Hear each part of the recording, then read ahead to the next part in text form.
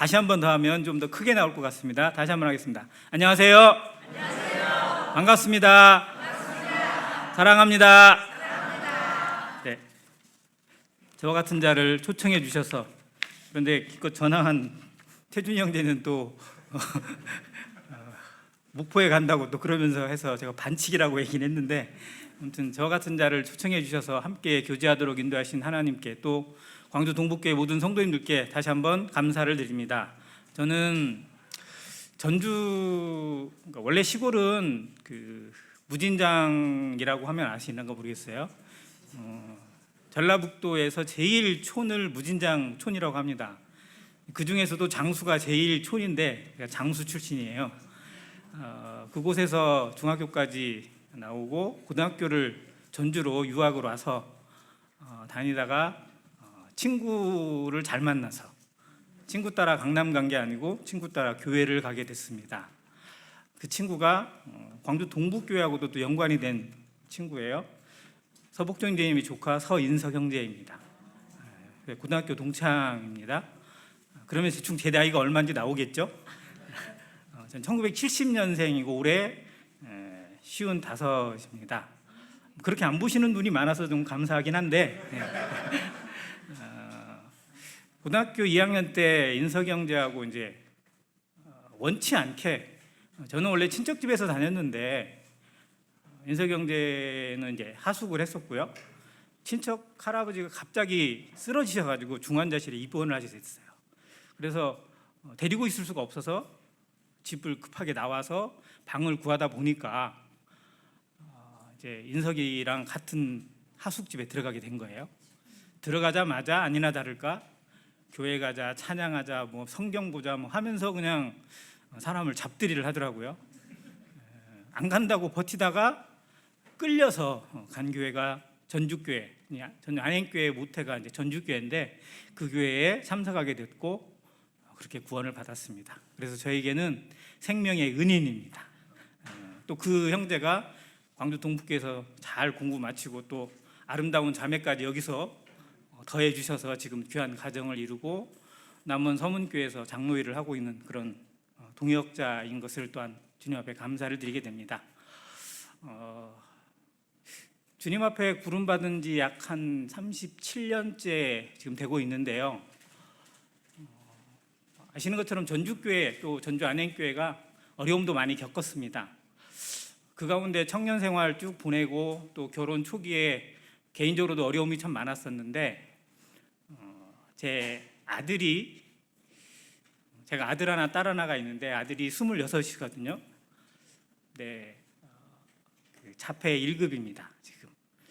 그래서 이 아이를 낳고 정말 낳고 키우는 것도 쉽지가 않았고, 자매도 교회 생활에 참 적응을 잘 못해서 참 되게 어려웠고, 그래서 신혼생활 생각해 보면 되게 눈물이 많았고 정말 고달픔이 많았던 것 같아요. 왜 나에게 그런 일을 주셨는지 여러 한탄도 있었고 또 원망도 있었고, 그런데 교회 상황도 되게 어려웠어요.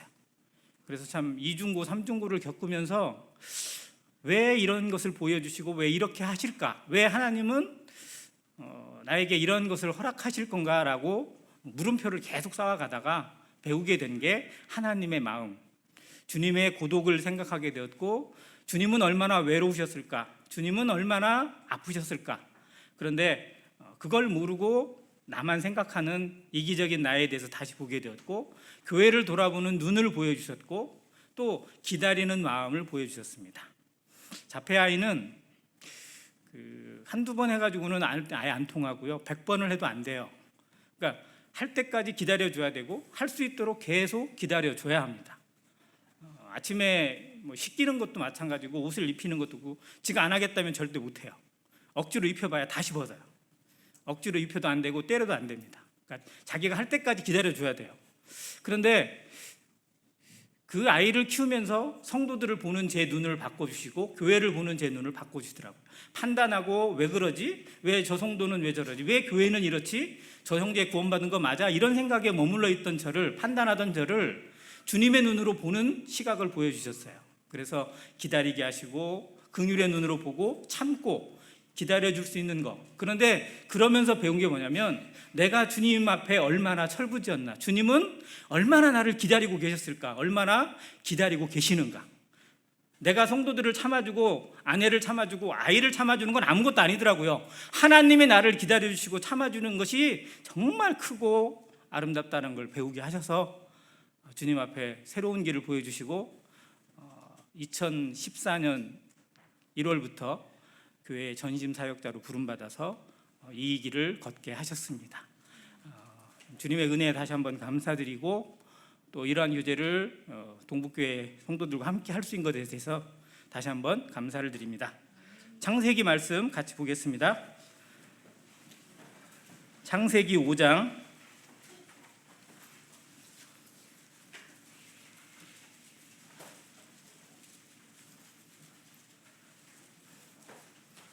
21절부터 24절까지 짧은 구절이니까 같이 읽겠습니다. 창세기 5장 21절로 24절까지입니다. 같이 읽겠습니다. 시작. 에녹은 65세에 무드셀라를 낳았고 무드셀라를 낳은 후 300년을 하나님과 동행하며 자녀들을 낳았으며 그는 365세를 살았더라. 에녹이 하나님과 동행하더니 하나님이 그를 데려가심으로 세상에 있지 아니하였더라. 감사합니다. 오늘 에녹이라는 사람, 그리고 에녹과 비교될 만한 인물 라멕을 통해서 한번 교제하는 시간을 갖고자 합니다. 먼저 퀴즈는 아닌데요, 퀴즈로 생각하시고 맞추시면 좋습니다. 여기엔 지성인이 풍부하고 또 성경에 박식한 분들이 많다고 들어서 금방 맞출 것 같아요. 성경에 나오는 사람들 가운데 하나님 제외하고, 즉 하나님의 이름이 성경에 제일 많거든요. 하나님 제외하고 사람 이름으로 제일 많이 나오는 사람이 누굴까요? 사람의 이름으로 성경에 제일 많이 기록된 사람, 누구 이름이 제일 성경에 많은 것 같아요? 대충 뭐 몇 명 후보자가 있잖아요. 네, 다윗입니다. 다윗의 이름이 성경에 1000번 기록됐답니다. 1000번. 어마어마한 복이죠. 그런데 다윗이 정말 훌륭하고 뛰어난 인격자여서 또 그만한 사람이 없기 때문에 1000번을 기록하신 건 물론 아닐 겁니다. 그를 통해서 보여주실 것이 많았고 또 그의 그림자는 예수 그리스도를 보여주는 그림자였기 때문에 신약에도 그의 이름이 참 많이 나옵니다. 반면에 에녹은 그 이름이 성경에 10번도 안 나옵니다. 여기 창세기에 있는 내용, 그리고 히브리서 11장에 기록된 거, 유다서에 기록된 거, 이거 외에 별로 나오질 않아요. 그런데 에녹의 삶을 살펴보면 구절은 짧고 내용은 짧고 핵심적인 내용만 기록되어 있다 할지라도 그 핵심의 내용을 살펴보면 다윗과 비교할 수 없는 인생을, 또 하나님 앞에 다윗과 비교할 수 없는 신앙의 삶을 살았던 사람이 에녹인 것을 보게 됩니다. 그래서 많이 나오는 게 중요한 게 아니고, 사람들이 알아주는 게 중요한 게 아니고, 하나님을 얼마나 닮아 있고 하나님의 마음을 얼마나 품고 있느냐가 더더욱 중요한 신앙이다라는 것을 에녹이라는 사람을 통해서 한번 생각해 보게 되었습니다. 에녹은 여기에 나오는 에녹 말고 또 다른 에녹이 또 나와요. 창세기 4장에 가보면 에녹이 또 나오거든요. 여기에 나온 에녹이 아니에요. 이 에녹은 셋의 후손이고 가인의 후손에도 에녹이 있어요. 또 셋의 후손에도 라멕이 있고 가인의 후손에도 라멕이 나옵니다. 그래서 이 에녹과 라멕이라는 이름 둘은 셋의 가문과 가인의 가문, 그 두 가문, 즉 하나님 앞에 하나님의 이름을 부르고 살아갔던 가문이 있는가 하면 하나님을 대적해서 멋대로 살아간 죄인의 가문이 있는데 그 둘 다 이름이 있어요. 에녹이 먼저 나오고 라멕이 뒤에 나옵니다. 에녹은 그 이름이 출발하다, 시작하다, 봉헌하다, 들이다라는 뜻을 가지고 있습니다. 제일 먼저 그 이름을 가지게 된 사람이 가인의 아들입니다. 가인이 자기 아들을 낳고 에녹이라고 이름을 지었어요.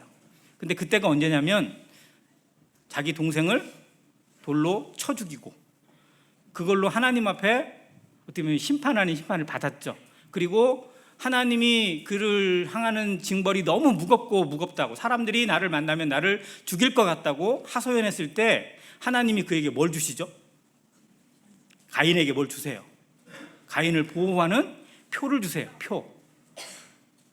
가인에게 표를 주신 그 표라는 단어가 우리에게 허락하신 예수 그리스도를 그대로 보여줍니다. 정말로 위대한 아름다운 구원의 표를 그에게 주신 거예요. 가인 같은 사람에게. 아벨을 생각하면 그는 진짜 때려 죽어야 되고 맞아 죽어야 되고 죽어도 아무 상관이 없어요.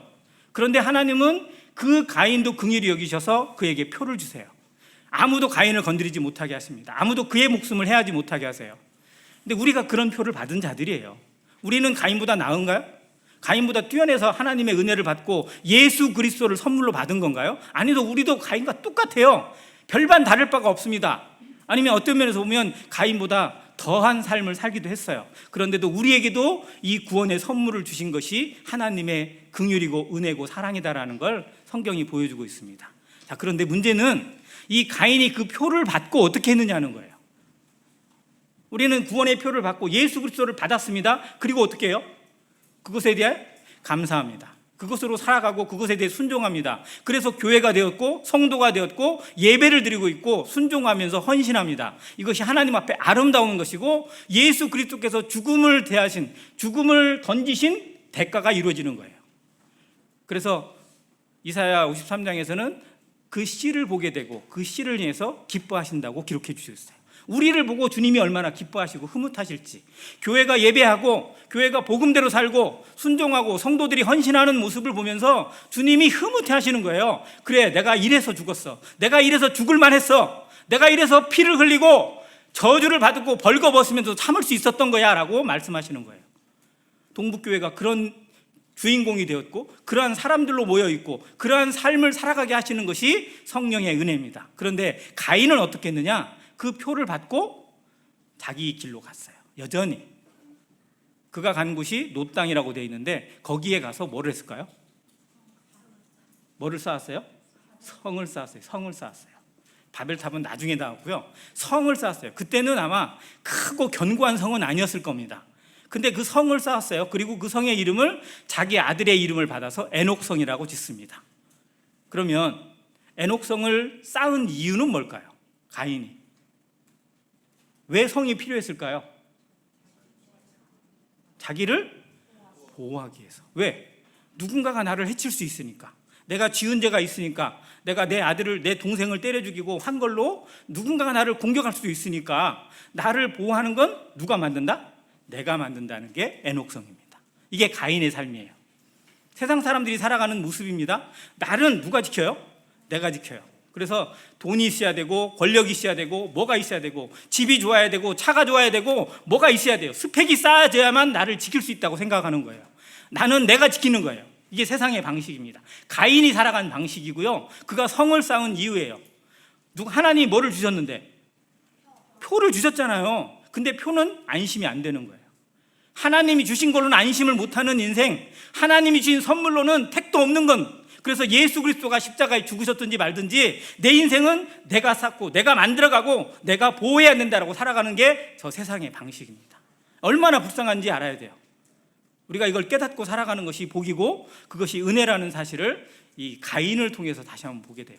자, 그렇게 해서 에녹이 나왔어요.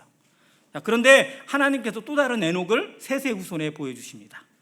자, 그리고 그 에녹을 통해서 하나님께서 이루어 가시는 것들, 좀 놀라운 것이 한 3가지가 나와요. 에녹은 성경 인물 최초로 어떠한 사람, 3가지가 등장을 합니다. 최초로 뭘까요? 에녹은 최초로 뭐한 사람이다? 그렇죠. 하나님과 동행한 사람입니다. 자, 아담은 하나님과 동행하지 않았을까요? 범죄하기 전에? 아마 같이 움직이고 했을 것 같아요. 뭐 동산도 거닐고 그랬을 때 하나님하고 어떻게 느낌상 동행했을 것 같은데 성경이 기록을 하진 않아요. 아벨도 하나님과 분명 동행하는 삶을 살았을 것입니다. 그런데 아벨에 대해서 동행이라는 단어를 써주진 않아요. 대신 에녹에 대해서 하나님께서 동행을 하신다고 기록했었고 그 동행의 기간을 300년을 기록해 줬어요. 자, 최초로 동행한 사람, 하나님과 동행한 사람입니다. 자, 그리고 두 번째는 뭘까요? 에녹은 최초로 어떤 사람이다? 죽음을 맛보지 않은 사람이다. 그럼 어떻게 된 거예요? 그렇죠. 에녹이 어떻게 된 거예요?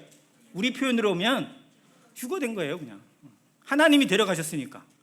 죽음이 그를 가두지 못하고 그냥 데려가신 거예요. 그래서 성경에 죽음을 맛보지 않고 하나님께 올라간 사람 2명 나오죠. 에녹과 엘리야가 나옵니다. 자, 에녹은 최초로 죽음을 맛보지 않은 사람. 그래서 그는 환난 전에 임한 교회의 휴거를 보여주는 그림자입니다. 우리가 그 화액이 있기 전에 하나님께서 의인을 데려가신다는 시편의 기록처럼 그를 먼저 데려가셔서 하나님과 함께하는 시간, 하나님과 누리는 시간을 갖게 하시는, 그것을 이 교회에게 주신 위로라고 우리가 받고 있잖아요. 그걸 먼저 보여준 사람이 바로 에녹이라는 겁니다. 자, 그리고 에녹에게 또 하나의 최초가 있어요. 뭘까요? 이거는 조금 좀 연구해 봐야 되는 내용이긴 한데, 에녹은 최초로 이게 비슷합니다. 이거. 자, 그래서 그의 사명이 뭐였냐? 에녹은 최초의 선지자입니다. 성경에 수많은 선지자들 나오죠. 그래서 구약 성경을 율법과 선지자라고도 얘기하잖아요. 자, 수많은 선지자들이 기록되는데 최초의 선지자가 에녹이에요. 그게 유다서에 기록되어 있습니다. 유다서에 보면 에녹이 정말 그 마지막 시대를 바라보면서 그 시기에 저 먼 후에 주께서 임하시는 그 광경을 바라보면서 세상을 비난하고 세상에 있는 사람들을 심판하시고 세상에 있는 하나님의 마음을 그들에게 선포하는 일을 했습니다. 그런 면에서 유다서가 가지고 있는 영적 권위가 참 커요. 유다서는 실제로는 예수님의 동생 유다가 기록한 짧은 그런 서신인데, 거기에 에녹이라는 사람을 보여주는 그 내용은 흔히 말하는 외경이라고 혹시 들어보셨어요? 성경 말고 외경, 위경 이런 게 있잖아요. 그 외경 중에 에녹서가 있어요. 그 에녹서에 있는 내용을 그 성경에 그냥 담아놓은 내용이 유다서에 있습니다. 아무튼 그러한 모습으로 통해서 최초로 동행한 사람, 최초로 죽음을 맛보지 않고 하나님께 들림받은 사람, 그리고 최초로 하나님의 말씀을 선포한 선지자라는 이 위대한 이름을, 위대한 사명을 가지게 됐어요. 자, 그러면 에녹이 어떻게 해서 그런 하나님과 동행하는 사람이 되고 죽음을 맛보지 않게 되었고 하나님의 선지자로서의 삶을 살게 되었을까? 그 계기가 성경에 기록되어 있습니다. 아까 우리가 읽은 21절에 보면 에녹은 65세에 누굴 낳아요? 무드셀라를 낳습니다. 그리고 무드셀라를 낳은 후 뭐라고 되어 있어요? 300년을 하나님과 동행했다고 기록되어 있습니다. 자, 그러면 에녹이 하나님과 동행하게 되는 결정적 계기는 뭐예요? 무드셀라입니다. 자, 에녹은 무드셀라만 낳았을까요? 네, 다른 자녀들을 많이 낳았을 겁니다. 그때는 생육하고 번성하는 것이 하나님의 명령이니까 얼마나 많은 자녀를 낳는지 지금은 비교 안 돼요. 황산의 김석택님이 13을 낳았는데 그 시대에 비하면 명함도 못 내밀 정도일 겁니다. 훨씬 많이 낳았을 거예요. 왜? 그때는 보통 사람이 900세 사는데 그 시기에 계속해서 생육하고 나오면 도대체 100명을 낳을지 누가 알겠어요, 그거를. 자, 근데 아무튼 다른 사람의 이름, 다른 자녀의 이름은 전혀 기록이 안 돼 있고 무드셀라만 기록돼 있어요. 그것도 65세에 낳았다고 기록했습니다. 그러면 무드셀라라는 이 아들은 에녹에게 특별한 아들이라는 거예요. 에녹의 삶에 있어서 절대 잊을 수 없고 절대 바꿀 수 없는 정말 특별한 하나님의 계시요, 하나님의 은혜요, 하나님의 명령이라는 것을 이 무드셀라를 통해서 배우게 됩니다. 뭘 배웠을까요? 뭘 알았을까요? 네. 너무 똑똑해요. 다른 교회에 가서 전해봐도요, 이렇게까지 대답을 하는 데는 제가 들어보질 못했습니다. 자, 무드셀라라는 이름의 뜻에 속뜻이에요. 이건 그 겉뜻이 아니고 속뜻이 뭐냐면 그가 죽으면 뭐 한다? 심판이 온다, 쏟아진다라는 뜻이에요. 뭐가 쏟아질까요? 홍수가 쏟아진다, 비가 쏟아진다는 겁니다. 하나님의 재앙이 쏟아진다는 겁니다. 이 세상에 뭐가 온다는 거예요? 멸망이 온다는 겁니다. 세상의 마지막이 온다는 거예요. 그게 뭐예요? 신호가 뭐예요? 이 아들이에요. 이 아들이 몇 살이 되면이 아니에요. 뭐예요? 죽으면이에요. 죽으면. 자, 아들을 낳았어요.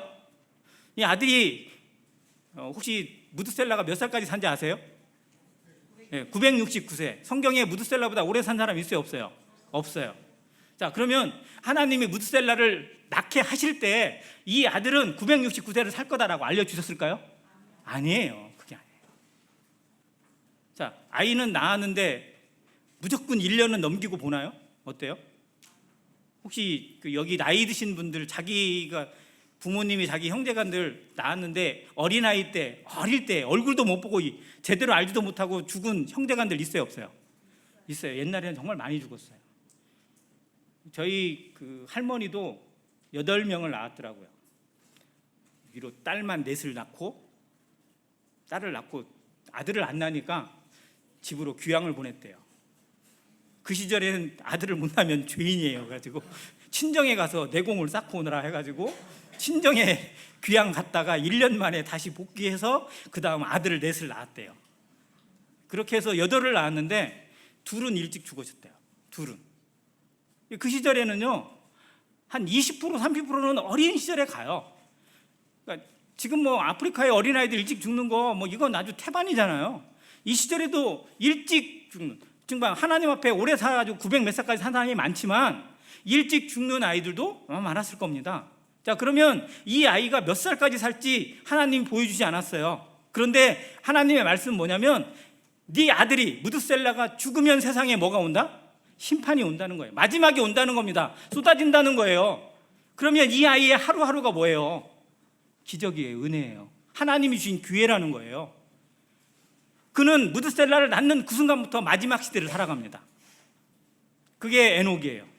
마지막 시대를 살아가는 성도만이 진짜 하나님과 동행할 수 있어요. 이것이 마지막이다라는 거예요. 오늘이 마지막일 수도 있다는 걸, 그 간절함으로 살아가는 것이 하나님과 동행하는 비결입니다. 에녹이 그렇게 살았어요. 그래서 에녹이 300년은 하루하루가 채워져서 만들어졌습니다. 하나님은 에녹에게 무드셀라를 300년을 살게 하겠다, 300년은 보장해 주겠다 약속하신 적이 없어요. 오늘 데려가실 수도 있고 내일 인생이 끝날 수도 있고 세상이 마지막이 올 수 있습니다. 그때 세상은 이미 세상에 하나님의 심판이 와도 아무 문제가 없을 만큼 이미 망가져 있었고 죄악이 관영되어 있었고, 그리고 그것을 하나님이 참으시다가 결국 노아의 시대에 마지막 문을 여시고 40일간 비를 쏟으신 겁니다. 그래서 무드셀라의 생명이 세상에 있는 사람들 가운데 가장 길고 1000년 가까이 있다는 건 결국은 하나님이 그만큼 참으셨다는 거예요. 얼마나 길게 참으셨는지를, 낳는 그 순간부터 세상에 마지막이 와도 문제가 없는데, 세상에 비를 쏟아놓고 세상에 있는 모든 인생을 쓸어버려도 문제가 없는데 하나님은 계속 참으셨어요. 기다리셨어요. 뭘 기다릴까요? 하나님이 기다리시는 게 뭐예요? 회개입니다. 회개. 한 영혼이라도 하나님께 돌아오기를 기다렸어요. 그래서 에녹은 무드셀라를 키우는 300년 동안 뭐 했을까요? 뭐 했을까요? 세상에 전도했습니다. 마지막이 온다고 전도했어요. 하나님의 말씀이 이렇게 임하였다. 선지자의 사명이 뭐예요? 주신 대로 외치는 겁니다. 우리도 결국 선지자잖아요. 하나님 앞에 주신 그대로 외치는 거고 주신 그대로 알려주는 겁니다. 파수꾼이에요. 한 영혼이 망해가고 있는데, 멸망이 뻔히 눈에 보이는데 그걸 알리지 않으면 결국 그 피를 누구에게 찾는다고요? 나에게 찾는다고 하셨어요. 우리에겐 이 두려움이 있습니다. 그래서 기도할 수밖에 없고 전도할 수밖에 없고 외칠 수밖에 없어요. 무드셀라를 낳고 그의 삶은 하루하루가 기적이었고, 왜? 하나님이 허락하신 하루니까. 그리고 그의 세상 사람들에게, 주변에 있는 사람들에게 형제간도 있을 겁니다. 얼마나 많은 형제간들을 낳았겠어요? 근데 형제간들이 들어야 안 들어요? 들어먹질 않아요. 세상에 빠져서 자기 생각에 빠져서 정말 무슨 마지막이 어디가 와, 뭔 비가 온다고 엉뚱한 소리를 하고 말 같은 얘기를 해. 이 똑같은 인생을 그의 아들 무드셀라는 나중에 아버지가 부름받고 올라가고 나서 했을까요? 안 했을까요? 무드셀라는 자기 아버지가 자기를 그렇게 키우고 자기한테 교육하고 하나님의 말씀대로 세상에 마지막이 올 것이다라고 얘기하시고 올라가셨어요. 하나님이 데려가셔서. 그리고 무드셀라가 남아지잖아요. 무드셀라도 자녀를 낳았습니다. 라멕을 낳았어요. 그때. 그리고 그 자녀를 키우면서 하나님의 심판을 외치지 않았을까요? 당연히 외쳤을 겁니다. 그래서 에녹부터 시작된 그 가문, 에녹, 무드셀라, 라멕, 그리고 노아까지, 이 4대가 계속해서 하나님의 심판을 외치고 선포하고 준비했어요. 그리고 결국 방주를 준비한 건 노아였지만 이미 하나님의 계획에는 에녹에서부터 이미 시작이 되어져 있었어요. 자, 지금 이 시대가 말세 맞죠? 자, 그러면 지금 우리의 말세는 언제부터 시작이 되었을까요? 언제부터 말세라고 성경이 기록됐나요? 한 100년 전부터 말세예요? 언제부터 말세예요? 예수님이 오신 때부터 말세입니다. 히브리서에 기록되어 있잖아요. 세상 끝에 그를 보내셨다고. 예수님이 초림이 실장은 말세예요. 하나님께서 다른 걸 통해서 도저히 안 되니까, 이 인생들을 살릴 수 있는 기회가, 방법이 없으니까 마지막 기회로, 마지막 방법으로 누구를 보내신 거라고요? 아들 예수 그리스도를 육신의 모양으로 이 땅에 보내신 거예요. 그게 세상의 마지막을 선포하신 거예요. 끝이에요, 그게. 그래서 예수님도 세상에서 죽으시고 부활하신 이후에 제자들에게 뭐라고 말씀하셨어요? 내가 나중에 온다고 그랬어요? 내가 속히 오리라고 하셨잖아요. 속히. 그래서 그때 당시에 12제자들이나 사도들도 예수님이 언제 오신다, 곧 오신다고 준비했어요. 사도서들, 베드로서나 또는 사도 바울의 서신에도 주님이 임박했다고, 데살로니가 전서를 보면 우리가 더더욱 알 수 있어요. 주님이 바로 오신다, 바로 준비해야 된다. 그런데 얼마를 기다렸어요? 지금 얼마를 기다리세요? 2000년을 기다리셨어요. 자, 에녹의 시대 당시에 노아에까지 1000년을 기다리신 하나님께서 지금 이 시대는 얼마까지 기다리신다고요? 2000년, 꽃배기를 더 기다리고 계세요. 더 간절하신 거예요. 왜? 그때 당시에 있는 심판과 비교도 안 되는 더 무섭고 극심한 환란이 이 세상에 쏟아질 거니까. 정말 성도들이 기도하고 있고 교회가 기도하고 있기 때문에 차마 지금 오늘 심판을 내리셔도 문제가 없는데, 하나님의 공의에, 하나님의 이름에 먹칠을 하는 게 아니에요. 하나님의 영광이 가려지는 게 아닙니다. 오늘 심판이 오고 오늘 끝이 와도 하나님은 아무 상관이 없어요. 그런데 우리가 기도하고 있어요. 하나님, 아직 제 구원 안 받았어요. 제 부모가 아직 구원 못 받았습니다. 제 친구가 아직 구원 못 받았어요. 우리 아들이 아직 구원 못 받았습니다 라고 기도하고 있는 성도들의 눈물을 차마 외면 못 하시고 지금까지 기다리시는 거예요. 저는 그보다 더 큰 게 하나가 있는데, 성도들이 정신 차리라고. 정말 구원받고도 정신 못 차리고 멋대로 살아가는 성도들, 그리고 자기를 위해 살아가는 성도들이 얼마나 많아요. 하나님 앞에 면류관을 쌓고 상급을 쌓는 게 아니라 자기 이름만 쌓고 있고 자기의 것만 쌓아가고 있는 불쌍한 성도들이 많기에 정말 깨어 근신하라고, 회개하라고, 회복하라고 기회를 주고 계신다고 믿습니다. 자, 그런 마음을 그대로 에녹이 본받았어요. 그래서 에녹의 동행은 하루아침에 이루어지는 게 아니라 하나님의 말씀에서 이루어집니다. 하나님의 명령에서 이루어져요.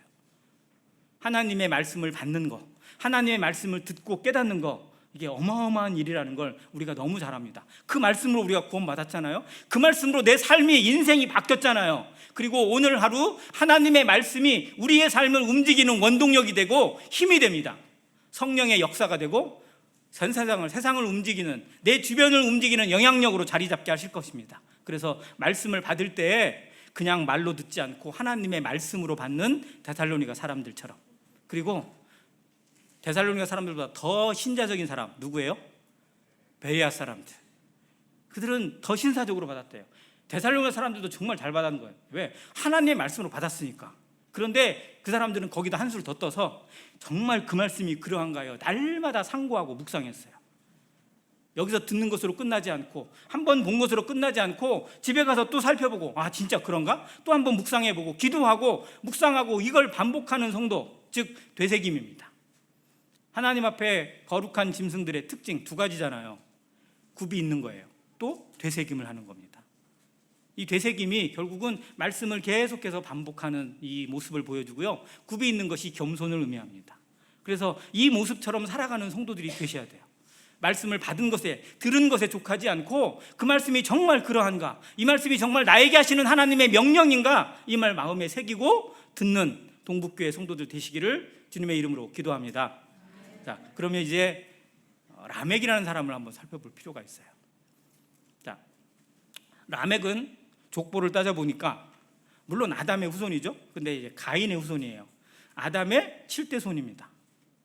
가인의 후계로 7대 손이에요. 자, 그리고 유다서에 보면 이 에녹을 아담의 7대 손이라고 기록을 해놨어요.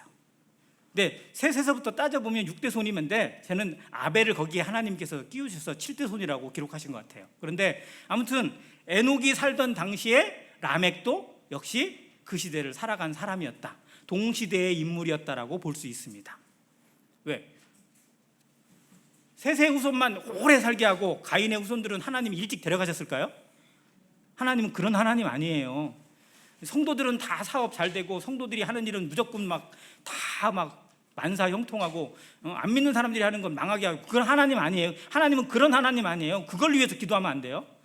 뭐 성도가 기도하면 답이 보이고 뭐 시험 보면 뭐 답이 나오고 뭐 이건 하나님을 몰라도 너무 모르는 거예요. 하나님은 정말 공의의 하나님, 공평하신 하나님이에요. 왜? 안 믿는 자도 하나님께 돌아와야 되니까 똑같이 은혜를 베푸시고 누구에게나 또 동일한 햇빛을 주시고 살아갈 수 있는 은혜를 베푸세요. 자, 그래서 람에게 그 세대들은 하나님을 모르고 멋대로 살아갔지만 그래도 하나님의 은혜로 살아가고 있어요. 그런데 모르는 것뿐이죠. 자, 라멕이 아까 에녹이 세 가지의 최초가 있다고 그랬잖아요. 라멕도 역시 저도 또 뭐 한다고 여도 세초가 있더라고. 두 가지가 있어요. 라멕의 최초 첫 번째 뭘까요? 네? 네, 아내가 둘이라는 거는 또 다른 말로 얘기하면 하나님의 결혼 제도를 깨뜨린 최초예요. 하나님은 정말 여자를 어디서 나오겠다고요? 네, 갈빗대에서. 왜 갈빗대에서 나왔겠을까? 막 여기 연구한 사람도 있어요. 왜 갈빗대일까? 그랬더니 아마 이 머리뼈에서 나왔으면 여자가 남자를 그냥 완전히 했을 거고, 발바닥 뼈나 무슨 발 뒤꿈치 뼈로 만들었으면 남자들이 그냥 자기 발 뒤꿈치처럼 알고 밟았을 것 같고 이런 표현까지 하는데 실상은 모르겠어요. 왜 갈빗대인지 하나님께 물어봐야 될 것 같습니다. 그런데 중요한 건 갈빗대에서 취하시고 돕는 배필이라고 하셨어요. 돕는 배필. 여기 돕는이라는 이 단어가 정말 제 마음에 와닿는데 에제르거든요. 이 영어 단어로 옮기면 에센셜입니다. 필수적인이라는 뜻이에요. 단지 돕는 게 아니에요. 단지 도우미가 아니라 없어서는 안 되는 존재예요. 그래서 자매님들 정말 형제님에게 그냥 뒤치다거리하는 이런 흔히 말하는 시다가 아니라 정말 없어서는 안 되는 존귀한 존재라는 사실 잊지 마시고, 형제님도 역시 마찬가지예요. 없으면 나는 꽝이다, 나는 진짜 끝이다라는 그런 마음으로 서로 귀하게 여기는 가정, 그런 부부가 되셔야 합니다. 그런데 그 제도를 최초로 깨뜨린 사람이 라멕이에요. 자, 라멕이 결혼 제도를 깨뜨리는 그것이 무엇을 의미할까요? 자기가 결혼 제도를 깨뜨렸어요. 그리고 아내의 이름을 부르면서 자랑스럽게 얘기를 합니다. 결혼 제도를 깨뜨린 것 자체가 뭘 깨뜨린 거냐면 하나님이 세상에 주신, 하나님이 인생에 주신 질서를 내가 바꿨다는 거예요. 즉 내가 누구다, 내가 누구다라는 거예요. 내가 하나님이다라는 거예요. 자, 혹시 창세기 3장에 보면 뱀이 여자를 꼬실 때 이 열매를 먹게 되면 어떻게 된다고 그랬어요? 네가 뭐처럼 된다? 하나님처럼 된다고 그랬어요. 사람에겐 뭐처럼 되고 싶은 마음이 있냐면요, 하나님처럼 되고 싶은 본성이 있어요. 이게 죄악의 본성입니다. 그 열매가 우리 속에 들어오고 아담의 열매에서, 아담의 씨를 통해서 나온 모든 인생들 속에요, 이 죄성이 자리 잡고 있어요. 누구처럼 되고 싶어요? 하나님처럼 되고 싶어요. 그런데 하나님처럼 되고 싶은데 하나님처럼 되려면 뭔가가 있어야 된다고 생각을 하는 거예요. 그래서 돈이 많으면 하나님처럼 될 수 있다고 생각하고, 운동을 많이 하고 막 격투기를 익히고 그러면 내가 하나님처럼 군림할 수 있다고 착각을 해요. 그런데 그 사람 중에 하나가 누구다? 라멕이에요. 그래서 내가 가진 힘으로, 내가 가진 능력으로 하나님이 주신 질서를 깨뜨리겠다라고 하나님이 주신 결혼의 제도를, 가정의 제도를 스스로 파괴했어요. 그게 라멕입니다. 그래서 내가 이 시대에 너희들을 주도하고 너희들을 정말로 인도하는 하나님의처럼 고리타분한 게 아니라 정말 죽음의 법, 죄, 이 주먹의 법으로, 힘의 법으로 이끄는 하나님이다라고 선언해 주는 것이 라멕입니다. 그 시대예요. 자, 그리고 라멕이 또 최초가 있는데, 예? 죽인 거는 가인이 먼저 죽였죠. 자, 라멕은 최초로 시인이에요. 성경에 기록된. 라멕이 시를 지었어요. 그의 노래를, 그의 그 정말 말도 안 되는 노래를 성경이 그대로 기록을 해놨어요. 창세기 4장에 보면. 저는 이걸 성경이 기록한 것이 정말 이해가 안 돼요. 창세기 4장 23절과 4절입니다.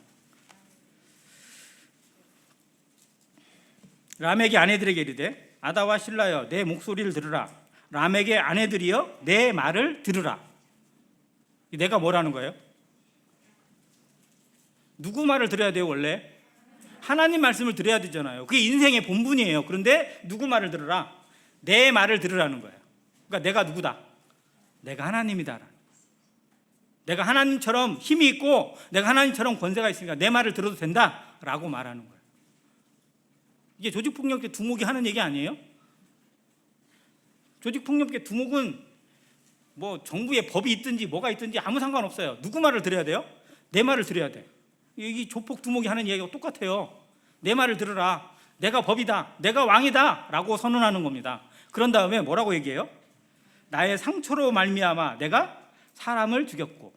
자, 그러면 이게 무슨 의미냐면요, 누군가가 나에게 상처를 줬어요.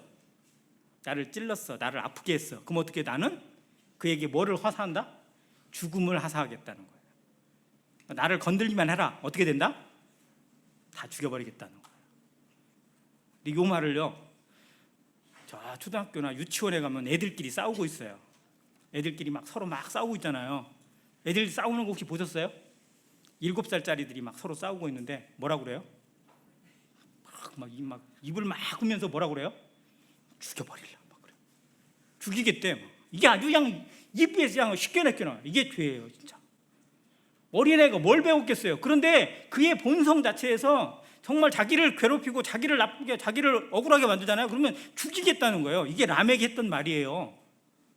인생의 말이에요. 인생의 말. 조금만 화가 나면 그냥 죽음을 하사해요. 그냥 저주를 퍼붓고요. 우리나라 총을 안 가지고 있을지 아마 우리나라 권총 소지됐으면 어땠을까요? 미국은 아무것도 아닐 거예요. 아마 정말 그냥 온 도로가 난리 났을 거예요. 그냥.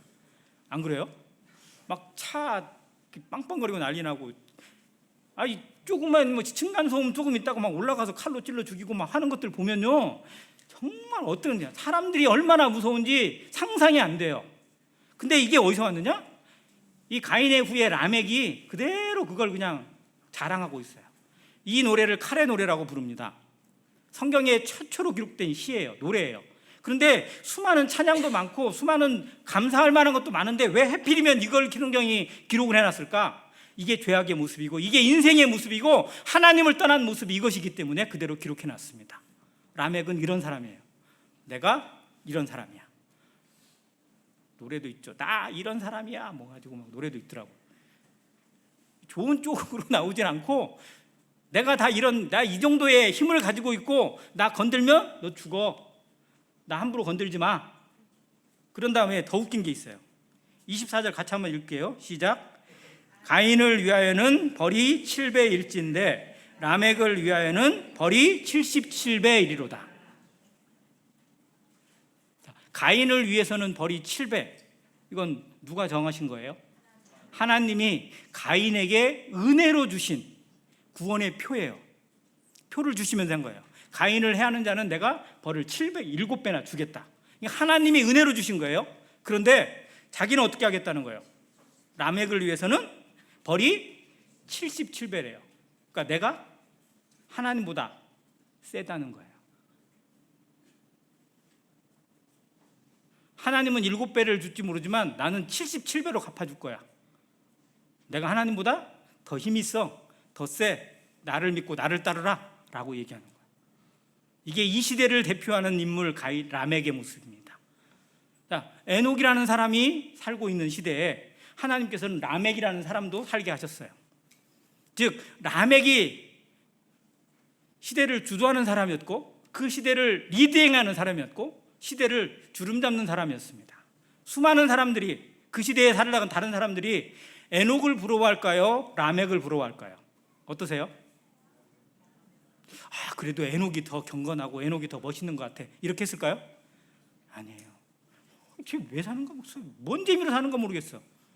교회 열심히 다니고 막 이런 사람들, 친구들 만나면 친구들이 뭐라 그래요? 그 얘기를 안 들으면 우리가 교회 생활을 제대로 안 한 거야. 넌 뭔 재미로 사냐 그래요. 이 얘기를 제대로 들어야 우리가 진짜 신앙생활을 제대로 하고 있는 거예요. 넌 도대체 뭔 재미로 사냐? 그잖아요. 술도 안 하지, 담배도 안 하지, 무슨 누구처럼 연애를 한다든지 이런 것도 없지. 주일이면 막 주구장창 거기가 있지. 수요일 날 가지, 먼 날 가지 막 만나려고 해도 막 친구들이 저한테 얘기해요. 너랑 만나려면 시간 약속을 제대로 못 잡겠다고 그래요.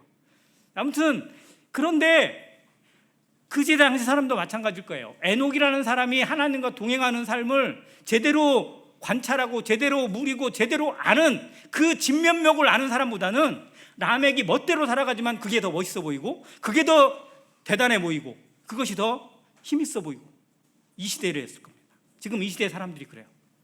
교회를 믿고 하나님을 경건하게 살아가는 사람들의 모습에 대해서는 아이고 그래 잘해라 이렇게 얘기하면서 정말 세상에서 떵떵거리고 살아가고 자기 목소리 높여가고 힘 자랑하고 돈 자랑하고 권력 자랑하는 사람들이 부러운 거예요. 그래서 나도 할 수만 있으면 로또 복권만 당첨돼 봐라 내가 그냥 광주 바로 벗어난다 뭐 이러면서 그냥 어떻게든 내가 잘 되기를 내가 높여지기를 내가 사람들에게 우쭐대어질 수 있는 그런 기회를 잡기를 간절히 원하는 사람들. 그런데 그 시대에 하나님이 에녹 같은 사람을 두셔서 하나님과 동행하는 사람의 능력이 무엇인지 하나님의 동행하는 사람의 영성이 무엇인지를 우리에게 보여주신다는 거. 이 시대에 이 광주 동북교회 성도들 또 하나님을 경건하게 믿고 따르는 성도들을 통해서 하나님을 믿는 사람들의 삶의 영성이 이런 거다라고 하나님이 보여주세요. 자랑하시는 거예요. 천사들에게 자랑하시고 그리고 욥을 통해서 하나님께서 자랑하셨듯이 우리를 통해서 하나님께서 자랑하고 계시다는 거, 이것을 우리가 눈으로 봐야 돼요. 알아야 돼요. 느껴야 돼요. 그래야 우리가 자랑스러운 거예요. 마지못해 살아가고 막 어쩔 수 없이 살아가는 그런 삶이 아니라 정말 이것이 얼마나 대단하고 얼마나 아름답고 얼마나 풍요로운 삶인지를 성도들이 느끼고 누리고 이걸 자랑해야 돼요. 에녹이 라멕이 부러웠을까요? 불쌍했어요. 불쌍. 왜요? 곧 망하는데 곧 끝나는데 거기서 자랑한들 거기서 아무리 큰 소리치고 지 주먹을 아무리 휘두른들 금방 끝나잖아요. 아무것도 아니잖아요. 세상에 있는 것 아무리 높은 빌딩을 사놓고 아무리 좋은 자동차 사고 굴리고 다니는들 그게 부러운 게 아니라 곧 끝나잖아요. 지옥 건드려지고 하나님의 심판이 오고 세상의 마지막이 오고 나면 아무것도 남는 게 없습니다.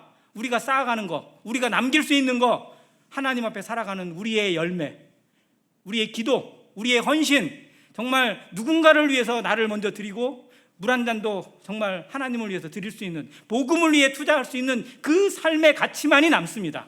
그 면류관이 남아요. 우리가 그걸 남기고 있는 자들이고 그 남길 수 있는 자격을 갖고 있습니다. 그렇게 살아가는 성도들의 삶이 정말 가장 대단한 거예요. 이 자부심으로 살아가는 광주 동북교회 성도들 다 되시기를 주님의 이름으로 축원합니다. 이상입니다.